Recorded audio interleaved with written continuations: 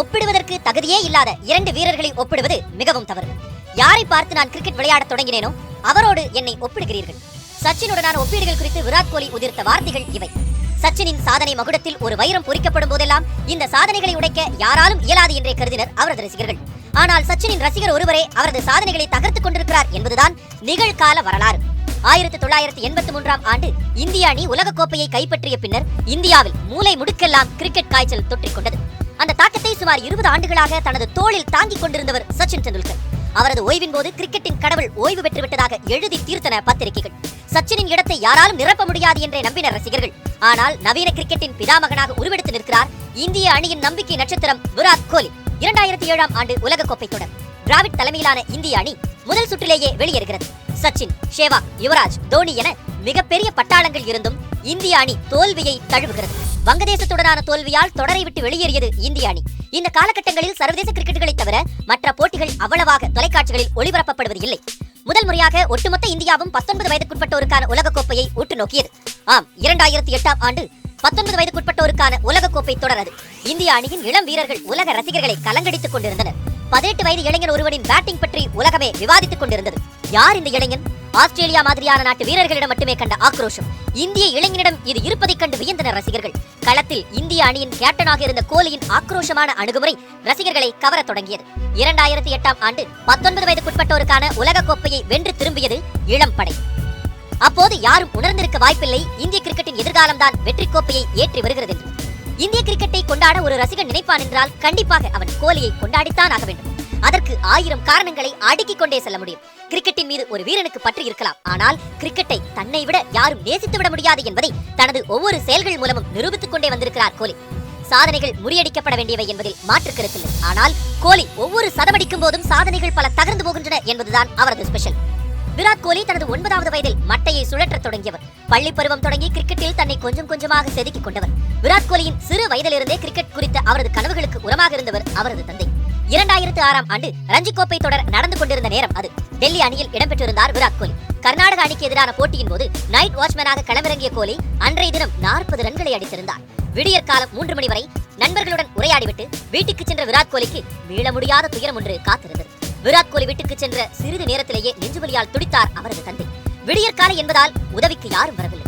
ஆம்புலன்ஸிற்கு phone செய்துவிட்டு தந்தையை எப்படியும் காப்பாற்றி விடலாம் என எண்ணிக்கொண்டிருந்தார் விராட் கோலி. ஆனால் அவரது எண்ணத்தை பொய்யாக்கிவிட்டு உலகத்தை விட்டே பிரிந்தார் விராட் கோலியின் தந்தை. ஆம்புலன்ஸ் வருவதற்குள் என் தந்தையின் உயிர் என் கையிலேயே பிரிந்தது. அந்த தருணத்தை என்னால் மறக்க முடியாது. நான் கண்ணீர் விட்டு கதறிய நேரம் இது என தொலைக்காட்சி பேட்டி ஒன்றில் தெரிவித்த போது கோலியின் கண்கள் கலங்கின. தந்தையின் இறப்பு துயரத்தில் கோலி மூழ்கி இருப்பதால் ரஞ்சி போட்டியில் கோலி பங்கேற்க மாட்டார் என்றே கருதினர் சக வீரர்கள். ஆனால் நடந்ததோ வேறு. தந்தையின் சடலத்தை வீட்டில் கிடத்திவிட்டு ரஞ்சி போட்டியில் விளையாடினார். அவரது அந்த அர்ப்பணிப்பு தான் விராட் கோலி என்னும் உலகம் போற்றும் கிரிக்கெட் வீரனை இன்று இந்தியாவிற்கு அளித்திருக்கிறது. தந்தையின் மரணம் விராட் கோலியின் வாழ்க்கையில் புதிய வேகத்தை கொடுத்தது என்றே கூற வேண்டும். இனி தனது பாதையில் கை கொடுக்க யாரும் இல்லை என்று உணர்ந்த விராட் கோலி கடுமையாக உழைக்கத் தொடங்கினார். என்னுடைய கனவுகளையும் என் தந்தையின் கனவுகளையும் நனவாக்க என்ன செய்ய வேண்டுமோ அதற்காக நான் கடுமையாக உழைத்தேன். என் சக்தியெல்லாம் செலவு செய்தேன் என அவரது வார்த்தைகள் கிரிக்கெட் மீது கொண்ட அவரது தாகத்தின் அளவுகோல்கள். தனது 16 வயதில் அவர் எடுத்த முடிவுதான் இன்று விராட் கோலியை ஒரு நட்சத்திர வீரனாக உயர்த்தியுள்ளது என்றே கூற வேண்டும். 2008ஆம் ஆண்டு 19 வயதுக்குட்பட்டோர் உலகக்கோப்பை கைப்பற்றிய பிறகு விராட் கோலியின் பார்வை இந்திய அணியின் பக்கமாக சாய்ந்தது. எப்படியாவது இந்திய அணிக்குள் நுழைந்து விட வேண்டும் என்பதே அவரது நோக்கமாக இருந்தது. டெண்டுல்கர், சேவக், கம்பீர், யுவராஜ், தோனி என மிகச்சிறந்த பேட்ஸ்மேன்கள் இந்திய அணியை ஆக்கிரமித்திருந்த காலகட்டம் அது. விராட் கோலியின் கனவு நனவாக அதிகமாகவே உழைக்க வேண்டியிருந்தது. ஆனால் இந்திய கிரிக்கெட் அணி தேர்வுக்குழு எதிர்காலத்தை கருத்தில் கொண்டு இளம் வீரர்களுக்கு அவ்வப்போது வாய்ப்பளித்துக் கொண்டிருந்தது. 2008ஆம் ஆண்டு 19 வயதுக்குட்பட்டோருக்கான கோப்பையை வென்ற 4 மாதங்களிலேயே இந்திய கிரிக்கெட் அணியில் வாய்ப்பை பெற்றார் விராட் கோலி. முதல் போட்டியே அயல்நாட்டு மண்ணில், அதுவும் தொடக்க ஆட்டக்காரராக களம் கண்டார். இந்திய அணியின் அதிரடி வீரராக கலக்கிக் கொண்டிருந்த சேவாக்கிற்கு ஓய்வளிக்கப்பட்டு அதற்கு பதிலாக கோலி அந்த இடத்திற்கு தேர்வு செய்யப்பட்டிருந்தார். அந்த தொடர் முழுவதும் இந்திய அணி கடும் பின்னடைவை சந்தித்தது. அதில் ஒட்டுமொத்த அணியும் சொதப்ப விராட் கோலியும் மிகப்பெரிய அளவில் சோபிக்கவில்லை. 5 போட்டிகளில் தொடக்க வீரராக களமிறங்கிய அவர் ஒரே ஒரு போட்டியில் மட்டும் அரை சதம் அடித்து நம்பிக்கை அளித்தார். மற்ற போட்டிகளில் கோலியால் சோபிக்க முடியவில்லை. சேவாக் என்ற அதிரடி வீரரின் இடத்தில் ஒரு சிறுவனை களமிறக்கி ஒரு தொடரையே இழந்துவிட்டது இந்தியா என முணுமுணுத்தனர் ரசிகர்கள். அடுத்தடுத்த தொடர்களில் இடம் கிடைக்கும் என நம்பியிருந்த கோலிக்கு ஏமாற்றம் தான் மிஞ்சியது. ஓய்ந்து விடாமல் கடும் உழைப்பை கொடுக்க தொடங்கினார். ஓராண்டு அணியிலிருந்து முழுமையாக விடுவிக்கப்பட்டிருந்தார். ஓராண்டு கடும் உழைப்பிற்கு பின்னர் மீண்டும் இந்திய அணியில் இடம் பிடித்தார் கோலி. 2009ஆம் ஆண்டு தென்னாப்பிரிக்காவில் நடைபெற்ற சாம்பியன்ஸ் கோப்பை தொடரில் இந்திய அணியில் தனது பங்களிப்பு முக்கியம் என்பதை உணர்த்த ஆரம்பித்தார். வெஸ்ட் இண்டீஸ் அணிக்கு எதிரான போட்டியில் முன்னணி வீரர்கள் ஆட்டமிழந்து விட தனி நபராக நின்று வெற்றியை இந்தியாவின் பக்கம் திருப்பினார் கோலி. இந்த போட்டியில் 79 ரன்கள் எடுத்த விராட் கோலி ஆட்ட நாயகனாகவும் தேர்ந்தெடுக்கப்பட்டார். இதனைத் தொடர்ந்து அடுத்தடுத்து வாய்ப்புகளை பெற்றார் கோலி. அவரது பேட்டிங் ஸ்டைல், களத்தில் அவரது அர்ப்பணிப்பால் அவருக்கென தனி ரசிகர் பட்டாளம் உருவாக தொடங்கியது. பொதுவாக இந்திய அணியில் இருந்த நட்சத்திர வீரர்கள் அனைவரும் சேசிங்கில் அவ்வளவு பங்களிப்பு அளிப்பது கிடையாது. முதல் பேட்டிங்கில் அசத்தும் நாயகர்களாகவே இருந்திருக்கிறார்கள். ஆனால் எந்தவித ஸ்கோராக இருந்தாலும் அதற்கேற்ப தனது பேட்டிங்கை மாற்றும் திறன் பெற்றவராக மாறியிருந்தார் கோலி. 300 ரன்கள் சேசிங் என்பது ஒரு காலகட்டத்தில் இந்திய அணிக்கு எப்போதாவது ஒருமுறை மட்டுமே நடக்கும். கோலியின் வருகைக்கு பின்னர் அது சர்வசாதாரணமாக நடக்க தொடங்கியது. 2011ஆம் ஆண்டு உலகக்கோப்பை தொடரில் இந்திய அணியின் முக்கிய வீரராக மாறியிருந்தார் கோலி. அணியின் முக்கிய வீரர்கள் அனைவரும் ஓய்வு பெறும் நேரம்.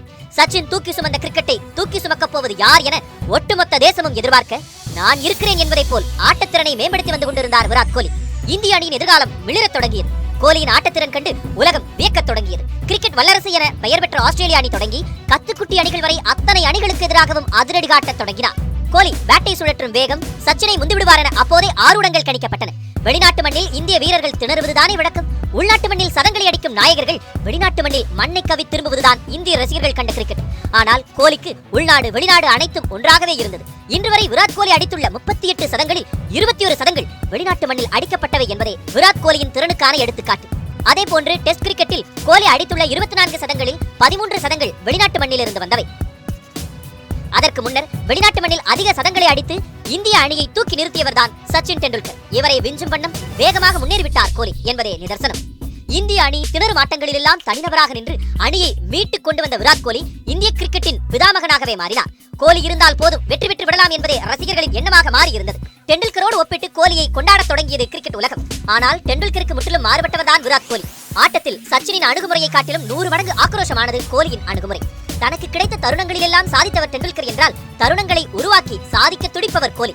களத்தில் விராட் கோலி இருக்கும் வரை அது எதிர் அணியினருக்கு கலக்கம்தான். பேட்டிங் சமயத்தில் மட்டுமல்ல, ஃபீல்டிங் செய்யும் போது கோலியின் அணுகுமுறை அணியினருக்கு புத்துணர்வு ஊட்டுவதாகவே இருக்கும்.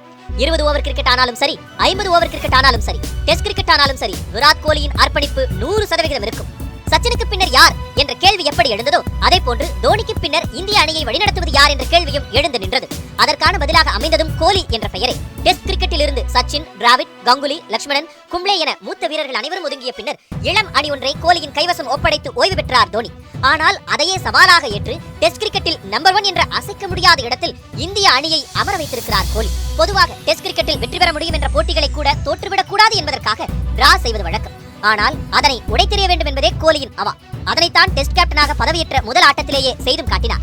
2014ஆம் ஆண்டு ஆஸ்திரேலியாவுக்கு எதிராக அடிலைட்டில் நடந்த டெஸ்ட் கிரிக்கெட் போட்டி. 2வது இன்னிங்ஸில் இந்திய அணிக்கான வெற்றி இலக்கு 364. இந்திய அணி வெற்றி பெறுவதற்கான வாய்ப்புகள் குறைவென்றே கருதப்பட்டது. கடைசி நாள் ஆட்டம் என்பதால் இந்திய அணி டிரா செய்ய முயலும் என்றே கருதப்பட்டது.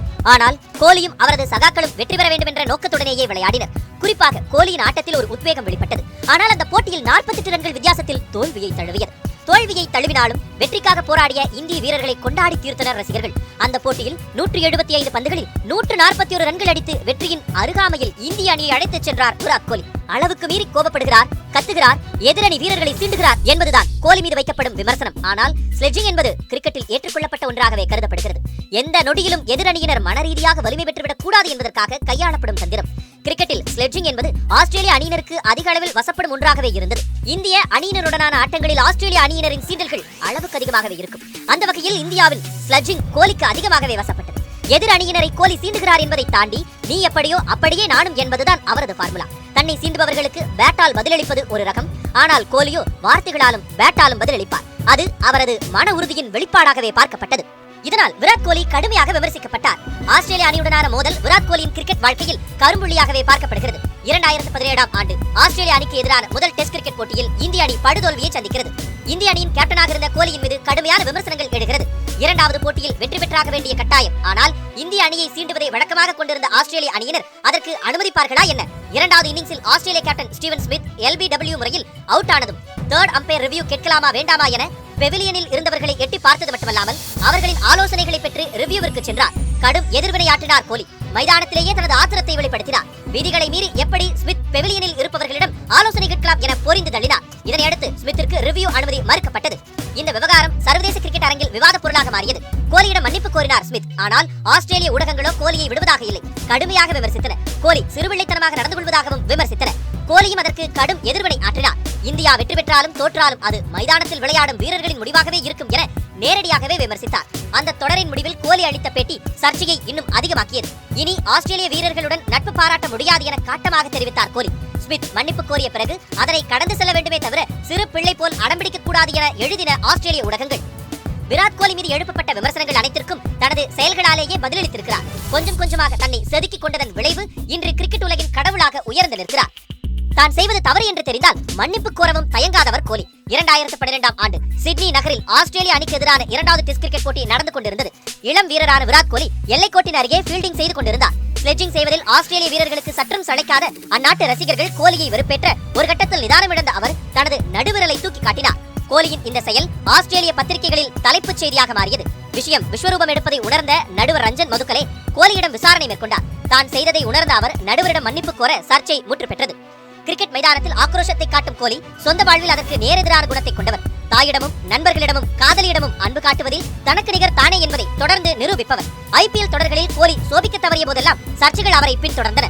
அதிலும் அவரது காதலி அனுஷ்கா சர்மா மைதானத்திற்கு வந்தால் போதும் கோலி வெறுப்பாளர்கள் அத்தனை பேரும் அவ்வளவு சந்தோஷம் கொள்வார்கள். கோலியின் பேட்டிங் சற்று சரிவை சந்தித்த காலகட்டங்களில் அதற்கு அவரது காதல்தான் காரணம் என சமூக வலைதளங்களில் வருத்தெடுக்க ஒற்றை வார்த்தைகளில் அவர்களுக்கெல்லாம் பதிலளித்தார் கோலி. தனது காதலியின் மீதான வசைப்பாடல்களை வெட்கக்கேடானது என்ற ஒற்றை சொல்லோடு முடித்துக் கொண்டார். தனது வாழ்வின் பொக்கிஷங்களில் ஒன்று என அனுஷ்காவை கொண்டாடினார் விராட் கோலி. ஒவ்வொரு மனிதனுக்கும் நல்ல மனைவி கிடைத்துவிட்டால் வேறு என்ன வேண்டும்? அனுஷ்கா தான் என்னுடைய பலமே. அனுஷ்கா சர்மா குறித்து கோலி உதிர்த்த வார்த்தைகள் இவை. பயிற்சியாளர் மீதான அவரது காதலும் அளப்பரியது. 9 வயது முதல் கோலிக்கு பயிற்சி அளித்தவர் தான் சர்மா. இன்று வரை கோலியின் அத்தனை ஆட்டங்களையும் பார்த்து ரசிப்பவர். தனது ஆட்டத்தின் போக்கு குறித்து கோலி தவறாமல் விவாதிக்கும் நபர்தான் சர்மா. பேட்டி ஒன்றில் சர்மா குறித்த கேள்வி ஒன்றுக்கு பதிலளித்த கோலி, என் தந்தைக்கு பிறகு என்னை அதிகம் புரிந்து கொண்டவர் எனது பயிற்சியாளர் தான் என நெகிழ்ந்தார். கும்ப்ளேவுடனான மோதல், கேப்டன் பதவியில் ரோஹித்துடனான பணிப்போர், தோனியின் நீக்கம் என கோலி கடந்து வந்த சர்ச்சைகள் கொஞ்ச நெஞ்சமல்ல. இத்தனையையும் தன்னை ஏற்றிவிட்ட ஏணியாகவே மாற்றியிருக்கிறார் விராட் கோலி. தான் வெறும் வீரன் மட்டுமல்ல, இந்திய அணியின் சிறந்த தலைவன் என ஒவ்வொரு முறையும் நிரூபித்துக் கொண்டே இருக்கிறார் கோலி. கோலியின் பலம் அவரது தன்னம்பிக்கை. தனது பணி என்ன என்பதை உணர்ந்தே ஒவ்வொரு முறையும் களம் காண்கிறார் கோலி. முடிந்தவரை கடினமாக உழைத்து அணிக்கு சிறந்த பங்களிப்பை தர வேண்டும் என்ற மனநிலையில் தான் நான் இருக்க விரும்புகிறேன் என்ற கோலியின் வார்த்தைகள் தான் அவரது தன்னம்பிக்கைக்கான அடையாளம். சாதனைகளை தேடி செல்வதை தான் விரும்பியதில்லை என்பதே கோலியின் நிலைப்பாடு. 3 இலக்க எண்களை நோக்கி நான் ஒருபோதும் விளையாடியதில்லை, அதனால் தான் என்னவோ அது எனக்கு எளிதாக கிடைத்து விடுகிறது என்ற வார்த்தைகள் அவரது அர்ப்பணிப்பிற்கான அடையாளம். டெண்டுல்கரோடு ஒப்பிடும் போதெல்லாம் கோலி மீதான விமர்சனங்களை அள்ளி வீச ஒரு தரப்பு இருந்து கொண்டேதான் இருக்கிறது. சாதனைகள் என்பது பெரும்பாலும் அணியின் நலன் சார்ந்தே இருக்க வேண்டும். அந்த வகையில் இந்திய அணியில் ஒரு படி மேலாகவே நிற்கிறார் கோலி என்பதுதான் நிதர்சனம். பொதுவாக சேசிங்கில் திணறுவதுதான் இந்திய அணியின் வாடிக்கை. ஆனால் கோலி சேசிங்கில் மன்னனாக திகழ்ந்து கொண்டிருக்கிறார் என்பதுதான் உண்மை. என்னை பற்றியே நான் பெருமை பேச மாட்டேன், அதை என்னால் செய்யவும் முடியாது. ஏனென்றால் நான் யாருக்கும் உபகாரம் செய்யவில்லை, இது என் வேலை என்று பேட்டி ஒன்றில் கோலி கூறிய கருத்துக்கள் இவை. தேசத்துக்காக ஆடுவது தனது கடமை என்பதே கோலியின் நிலைப்பாடு. அதற்காகத்தான் தன்னை தயார்படுத்திக் கொண்டே வந்திருக்கிறார்.